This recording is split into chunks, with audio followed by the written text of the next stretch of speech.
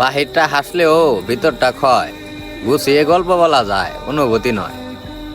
এটা কথা কি ভাই, মানে ভিতরে কষ্ট নিয়ে হাসি মুখে সবার সাথে কথা বলা যায়, কিন্তু ভিতরের যে কষ্টটা ওইটা মনে করেন যার যার ভিতরে থাকে ওরাই বুঝে ব্যাপারটা কিরকম। এটা যে কোনো কষ্ট হইতে পারে, প্রেম ভালোবাসার কষ্ট হইতে পারে, বেকারত্বের কষ্ট হইতে পারে, বন্ধু বান্ধবের কষ্ট হইতে পারে, মানে আসতে তৈবই ভাই। মানে ছেলে মানুষের মনে করেন ভাই চোখে পানিটা মানায় না, অগো ভাই আসতে হইবই।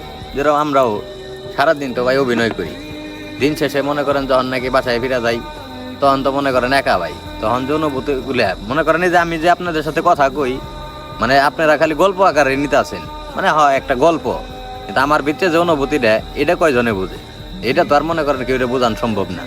হ্যাঁ বড় জোর আমি যদি এখানে কান্দা দিই তাহলে মনে করেন আমার চোখের পানিটা দেখবেন, বা বড় জোর একটু এরকম হইব যে ওর হয়তো অনেক কষ্ট বা কষ্ট লাগতেছে, ব্যাপারটা তো এরকমই।